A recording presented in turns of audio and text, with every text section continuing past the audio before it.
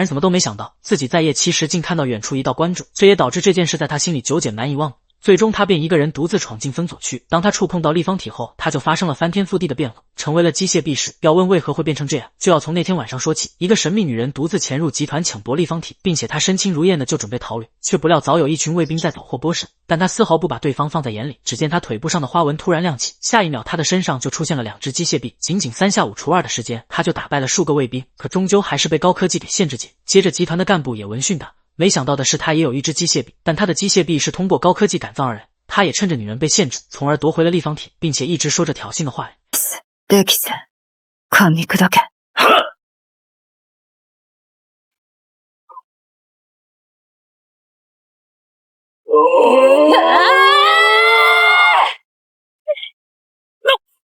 远处的男主看到光柱也是这样造成的，而且男主还感受到立方体在向他求救。第二天乘坐地铁时，男主仍旧在想着那件事，他也立刻查询关于昨晚的事，却根本没有任何有用的讯息。突然这时一个人靠到他的身上，害得他差点没有把住手机。紧接着他也看到一个孕妇没有座位，但迫于边上的人一直靠在他身上，使得他无法让座给孕妇。男主也发现周围的人对他一脸纷纷，当即他便逃离了现场。出地铁后，男主也立刻拿出女喷，被影片里根本没有他看到的光柱以及掉落的立方体，同学们也都不相信他说的话。但突然那个求救的声音再次传来，随即他也发现声音的来源就是他昨天看到的地方，于是他便一个人前往事发地，但警方早已将这里封锁起来。可那个声音继续指引着他，他也因好奇心使然偷偷跑了进去。接着他也看到了一个发光的立方体，当男主触碰到立方体后，立方体立刻起了反应，下一秒就掉到了男主的帽厢里。没想到的是，帽衫里长出了一只机械手臂，更是他还会自主的说谎。男主当即四处寻找是谁在说谎，当他出现在男主的眼前后，男主立刻就被吓傻。机械臂接着就想向男主自我介绍，可刚要说出嘴时，他才发现自己好像失忆了。男主不管3七21，只想摆脱他，却不料他直接给男主干翻了。紧接着一个无人机突然出现在他们跟前，就在男主还在摆脱机械臂时，无人机居然突然开始朝他攻击，吓得男主疯狂逃窜，机械臂也紧张地抓着男主的裤子不放。男主立即准备脱掉裤嘴好礼，但无人机已经到他跟前，好在机械臂及时挡下了攻击，并将无人机直接击垮。接着机械臂也发现头顶有无数的无人机，当即就提出与男主协作杀出一条路来。另一边集团也通过无人机探查到男主的存在，他们也准备不惜一切代价夺回机械臂。躲过无人机的追捕后，男主也立刻脱下连帽衣管自己离开。不管机械臂如何挽留，也阻挡不了男主毅然决然要离开的心。却不料男主走出一定距离后，机械臂就突然失去了能量，可当男主一靠近他又生龙活。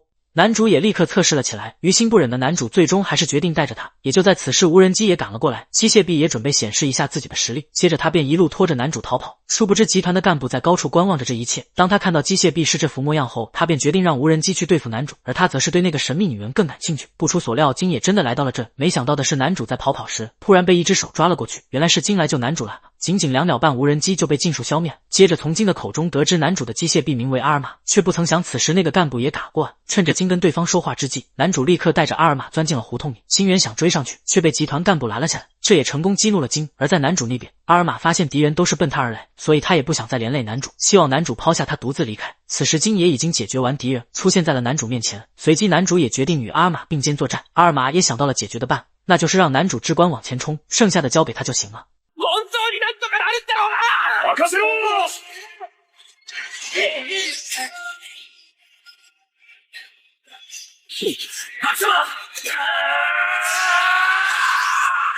最终男主也靠一拳击败了金，随后他也立刻逃离了现场。当金回到组织后，侯林也深知集团很快就会查清男主身份，所以他也继续交代给金一个任务。夜月清晨，男主带阿尔玛一同去上学，但男主做梦都没想到金居然准确帮他搬上。原来他被三大 C 比了。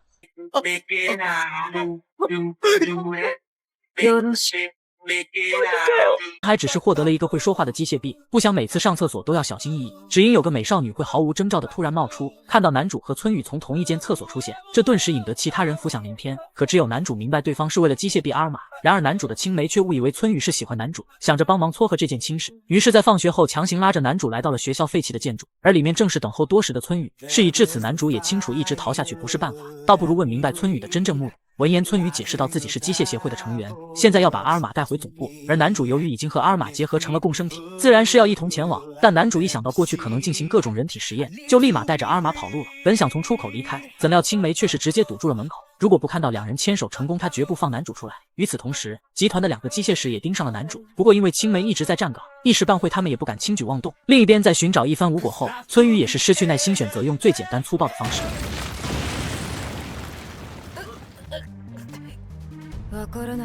经过一系列事情，村宇突然想到一个可能，其实男主根本没和阿尔玛结合，毕竟机械臂向来都是和人体直接融合，可为何阿尔玛却寄生到了男主衣服上，并且两者只要超过一定距离，那阿尔玛就会陷入虚弱状态，这在其他机械臂身上从来没发生过。换言之，无论如何他都要带男主回去。可就在村宇准备动手打晕男主时，不想青梅突然推门而入，刚才的巨大声响让他很是担心，怎料映入眼帘的却是虎狼一幕。青梅是真没想到男主两人的关系会进展这么快，看来他也可以放心离开了。而趁着村宇被青梅吸引注意，男主赶紧来到了出口，殊不知集团的灰毛机械使已经拦在了前方。和村宇的目标不同，他只收到了抢走阿尔玛的命令。谈话间，灰毛就操控机械臂变化成了低音炮，随即一发音波命中了男主。这音波对同为机械臂的阿尔玛无效，可人类一旦正面挨中就会浑身无力。轻松制服男主后，灰毛一脚踢开大门。见状，千米开外的橙毛立马把枪口瞄准了男主。好在危急时刻，阿尔玛及时出手躲开了这击。这时男主也感觉身体恢复了正常，然而才跑没多远，他就被灰毛堵在了墙角，眼看下秒就要被橙毛一枪爆头。得亏村宇从天而降，用机械臂挡下了这致命一击。灰毛一眼就认出村宇是传闻中近战超强的双臂使者，就连他的上级也曾经败在手中。只不过好巧不巧，是灰毛的机械臂专门克制近战类型，一发音波下去就让村宇消减了大半战力。意识到事情严重，村宇果断留下来殿后，并让男主赶紧先带阿尔玛找机会逃跑。然而男主前脚刚走，灰毛就甩出了针对机械臂的特殊圆环。另一边橙毛见迟迟找不到男主身影，索性将机械臂变化成了滑翔伞前来与灰毛会合。看到因机械臂封印被抓的村宇，橙毛上去就是一顿嘲讽。虽然很想亲手终结村宇，不过根据集团只是需要活着把他带回去，现在只要再抓到男主他们就可以收工了。可让两人没想到的是，男主竟然主动送上门来。但这可不是男主无脑送，只因他找到了破解灰毛音波的方法，那就是他随身携带的防噪耳机。这样一来，灰毛直接没了威胁。随后男主冒死扑倒了村宇面前，终于是赶在橙毛下发子弹前撕开了束缚村宇机械臂的圆环。而众所周知，射手一旦被战士近身，结局自然是被秒杀。利用橙毛当肉盾，村宇很快又干翻了灰毛。可危机虽然解除了，但建筑因为村宇先前的破坏也发生了坍塌。好在有着机械臂，两人也算是有惊无险。等男主再次醒来，他已经来到了协会总部。为首的面具人表示，集团是利用圆环控制了机械臂，将其变为奴隶，而他们的目的就是将所有机械臂解放自由。为此，他需要男主和阿尔玛的帮助。不过比起什么远大的理想，男主更在意的是手领的机械臂竟然与阿尔玛型号一样。人做梦都没想到，自己费尽保护的南海，居然就是夺走同伴机械臂的元凶，更是趁男主与金争执后，将金的两只机械臂也夺走。要知道机械使失去机械臂后活不了几天，所以他便用金的机械臂威胁男主，要求男主用阿尔玛来换。而男主为了救金选择独自前往，在面对强大的对手时也激发出了男主无限潜能。最终机械臂与男主右臂结合击败了对方，从而夺回了金的机械臂，使得金能成功获救。原来就在刚刚，男主带着阿尔玛在天台修行，没想到的是明明是男主的修行任务，可却是阿尔玛在那锻炼，原因则是大家都让他什么都不需要，甚至在他昏睡期间对他做了测验，他能提供给机械臂的模样是黄色。这个数据证明男主并不是机械使的合适人选，就连组织的首领也吐槽男主是半吊子，根本无法引出阿尔玛的真正实力。对于所有人的不信任和贬低，男主此时的自尊心备受打击，却不料金居然为男主说话。他认为男主具有引出阿尔玛力量的资质，并且提出将男主交给他来锻炼，而金也告知男主最重要的是气势。不过此时组织也打来电话，近期不断有强拆机械臂的事件发生，组织当下必须尽快驳回机械臂。要知道被强拆下机械臂的人顶多技能活几天，而金看到同伴身上的痕迹后，就推测是重型机械使造成的，但首领却让其别被私情所影响，他的任务则是好好的保护男主。接着金就带着男主去调查，没想到另一边集团的人在这寻找了什么。见状，金便带着男主出现在他们面前，让男主躲在他身后不要乱动后，他便询问其对方是否知道重型机械使，不料对方二话不说就要干砸，而金仅仅一击就击败了围上来的人，男主也受影响被弹飞了出去。不曾想此时看到了一个绿发小孩，怕其被牵连，男主便出手保护他。然而看到绿毛后，集团头目立刻启动机械臂顺势追了上去，而男主此时也被几个集团的人拦住。虽然自己也非常的害怕，但他绝对看不得对方欺负小孩。就在对方准备先解决男主时，阿尔玛此刻也躲不下去，当即便出现挡下了攻击。可当男主一回头时，小孩却不见了。眼见对方的头目赶来，随即阿尔玛便带着男主疯狂逃窜，可他们哪跑得过车子，仅仅一下就被他抓住了，却不料金此时也拍马赶来。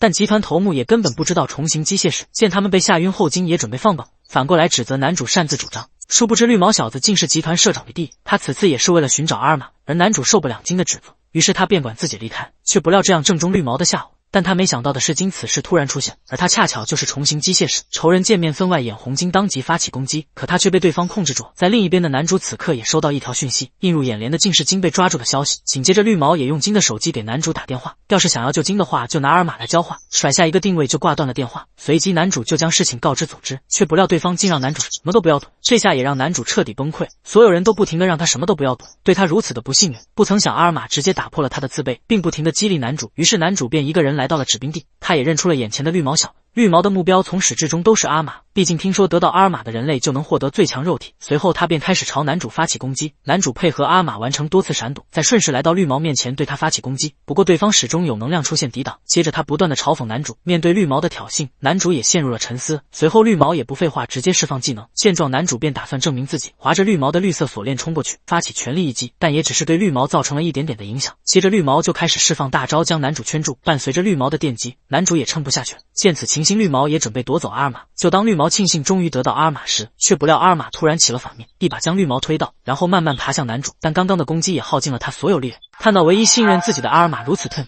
男主也不希望辜负对方的期望，强撑着自己的身体靠近阿尔玛。而此时的绿毛还不肯放弃，随即便朝男主攻击，却不料被男主直接打破。接着男主就开始蓄力准备发射阿尔玛此时简直势不可挡，不过最后还是被绿毛的最后一层屏障抵挡。正当他以为挡下阿尔玛时，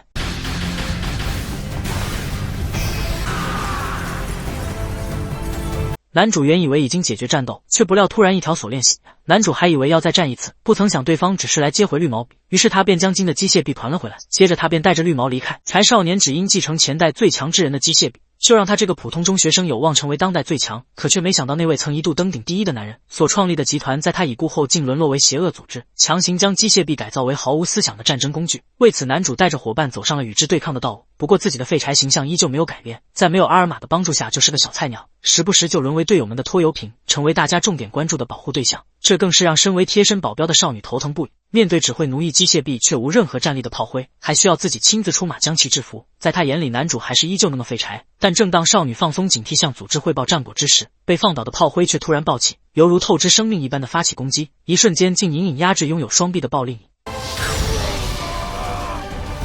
继承最强机械臂的少年显然成为一大顶级战力，有他和阿尔玛在就能轻松解救大量机械臂。不过这依旧无法撤回少女对他的贴身守护。在日常的校园生活中，两人更是被谣传为情侣。柔弱少年被强势转学生征服，成为同学眼中女强男弱的模范情侣。但作为正邪两大组织之间共同盯上的香饽饽，邪恶集团显然不会这么轻易放过男主，为此派遣自家少主转校前来监视。不过自从他被男主一拳击溃后，已和集团立下了收手的约定，若是在学院中出手便会被立马带走，所以他的出现也不过是为了监视男主，试图破解他与阿尔玛融合觉醒的真相，直到自己能真正击垮男主的一天。然而他的出现也激起了阿尔玛的兴趣，显然对方很了解自己的过往，希望能从他身上找寻失去的记忆，但却被一旁的少女强行打断，坚决不让男主与对方有任何接触。就这样，三人之间犹如猫和老鼠一般，在学院中上演猫抓老鼠被狗咬的经典剧情，折腾一天也无法达到各自的目的。两人为此相约在放学后一较高下，一战定胜负，决定少年的归属权。男主见状只好拿出自己的杀手锏，为了阿尔玛的记忆也只能忍痛割爱，抛空钱包请大胃王少女吃顶级自助，只求能与少主聊个5毛钱的天。这也是作为铁之双臂唯一的弱，